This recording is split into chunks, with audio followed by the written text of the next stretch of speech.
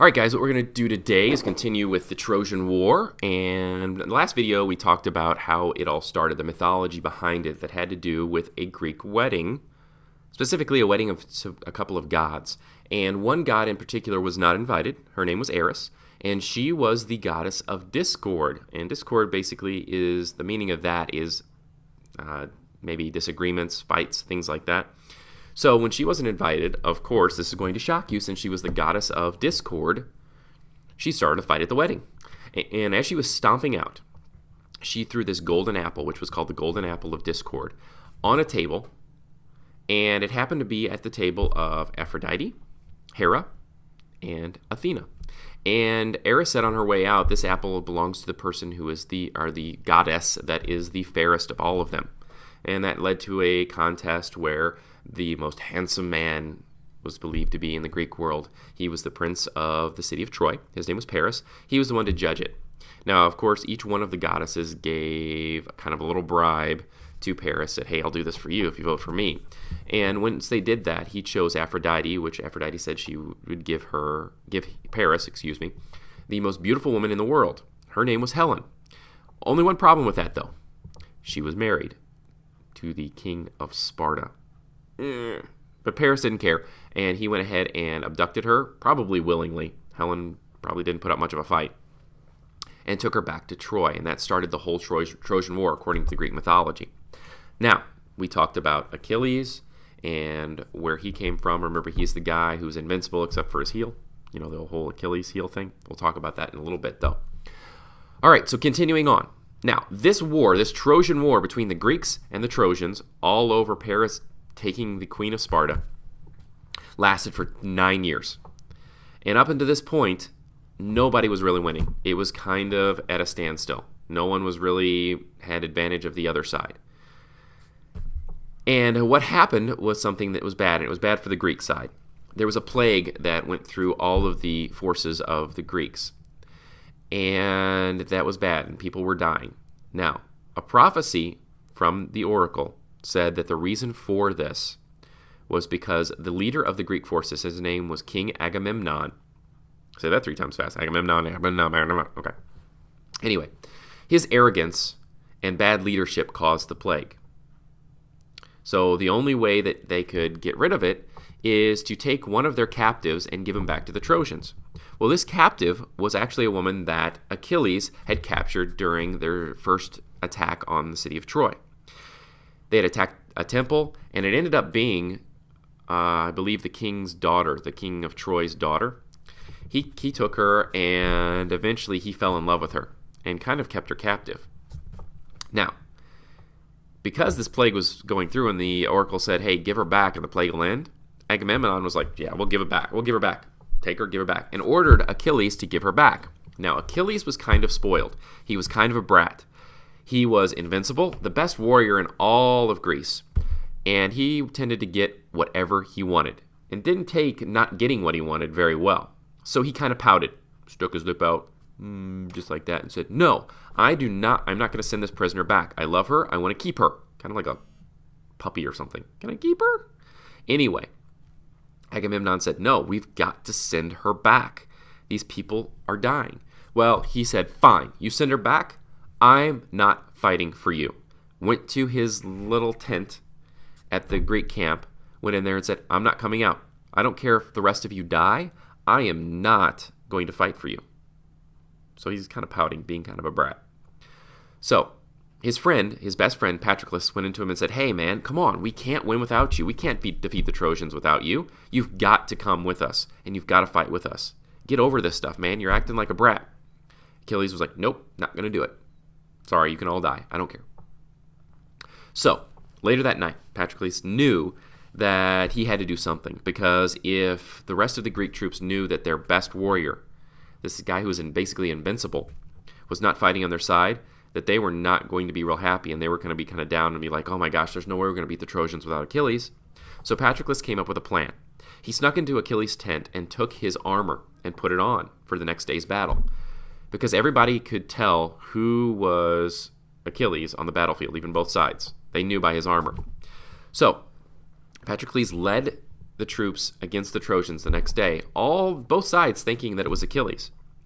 Well, during this time, he came and was fighting against a Trojan warrior named Hector. Now, Hector was kind of the Trojan hero, the guy that they all looked to and said, he's our best guy, he's the one that's going to lead us to victory and all that stuff. So there was this epic battle on the battlefield between Achilles from the Greeks and Hector from the Trojans. So whenever this started happening, of course, everybody stopped and was like, okay, we got to see this. This is wild. This is crazy. So eventually, this battle went on, and Hector actually killed Patroclus, but everybody thought it was Achilles. And they were like, oh my goodness. Of course, when they pulled off the helmet, they realized it was Patroclus, not Achilles. Now, when word of this got back to Achilles, he was pretty upset, because now he blamed himself. He thought, oh my gosh, if I wasn't pouting, Patroclus never would have taken my armor, wore it in battle, and he would still be alive. So he was pretty angry. So angry, so enraged, that he rode to the gates in a chariot to the gates of Troy. And he yelled to them, I want Hector out here now. We're going to settle this right now. He killed my best friend. I'm going to kill him. Now Hector was like, yeah, okay, I'm a good fighter. I'll be able to defeat him. So there was this epic battle between Hector and Achilles, and it went on for a while. Well, eventually Achilles was the better fighter, and he killed Hector. Now, remember, Achilles was pretty angry. So what he did to kind of throw it in the face of the Trojans is, here's Hector's body laying right in the gates of Troy, and right outside the gates of Troy. And what he did is he tied the body to his chariot and drove around in circles outside the city of Troy to kind of like say, hey, this is what's going to happen if you mess with me. Kind of freaked the Trojans out a little bit. And as you can tell, Achilles is kind of not a real nice guy. You can tell, kind of a brat, as I'd said before. Now, how did they end this Trojan War? Well, the Greeks actually ended up coming up with a great idea to try to end it. They knew that they needed to get inside the walls of Troy. The walls were high, they were thick, and nobody had been able to do that so far. The Greeks had been unsuccessful in their attempts to do that. So, they came up with an idea. They built something like this. Okay? This is a Trojan horse. Now, this is really a bank. This is not the real Trojan horse, but this is kind of what it would look like. It was a giant wooden horse, and it was hollow inside of it. And they came up with a plan that they were going to stuff a bunch of Greek soldiers in there and use that to get inside the walls of Troy. Well, how did they do that, did you ask? Good question. I'll tell you how. It was pretty smart. They actually went to the gates of Troy and said, and kind of catered to their egos a little bit. Kind of said, hey, you know what? We've been going for 9+ years. You guys are just so awesome. We can't defeat you. There's no way. We're tired. We want to go home. We built this wooden horse as a tribute to you and a tribute to the goddess Athena, the goddess of wisdom and the goddess of war, because you guys are wise and you're better warriors than us. And we're going to give this to you. And we're going to go home. So they wheeled it up to the gates, turned around, went home. Now, of course, the Trojans were kind of skeptical. Like, what's going on here? I'm not quite sure. So what they did is they sent a spy to follow the Greeks and watch them actually sail off back towards Greece. And they came back and said, they're gone.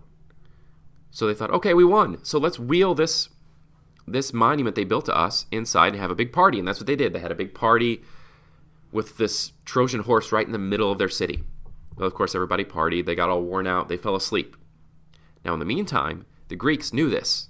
They planned for this. So the Greeks, they turned their ships around at night and sailed right back to the shore and snuck up to the gates of Troy. Now, at this time, everybody was all partied out. They were all knocked out and asleep.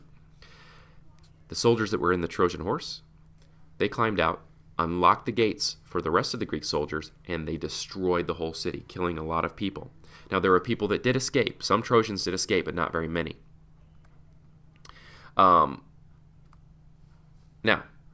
during this victory, during this whole siege of Troy, something bad happened to Achilles. Now, remember I said his weakness was his heel? Well, during the battle, he was actually shot with an arrow in his heel, and it actually killed him because that was his weak spot. And that's where the idiom, that's his Achilles heel, actually came from. It's to show somebody's weakness. So that was Achilles' heel, I guess you could say. Now, this has some connection to Roman mythology, which is kind of cool. We'll talk about Rome in the next unit. But after the Trojan War, there was a hero who was a Trojan hero. His name was Aeneas. He was one of the most respected of the Trojan heroes. perhaps only second to Hector. Well, he actually led people out of Troy to save them. And he was ordered by the gods to get out of there because he said if the gods told him if he stuck around, the Greeks would kill him. So he took what was left of the Trojan people, sailed off into the Mediterranean Sea, searching for some place to settle.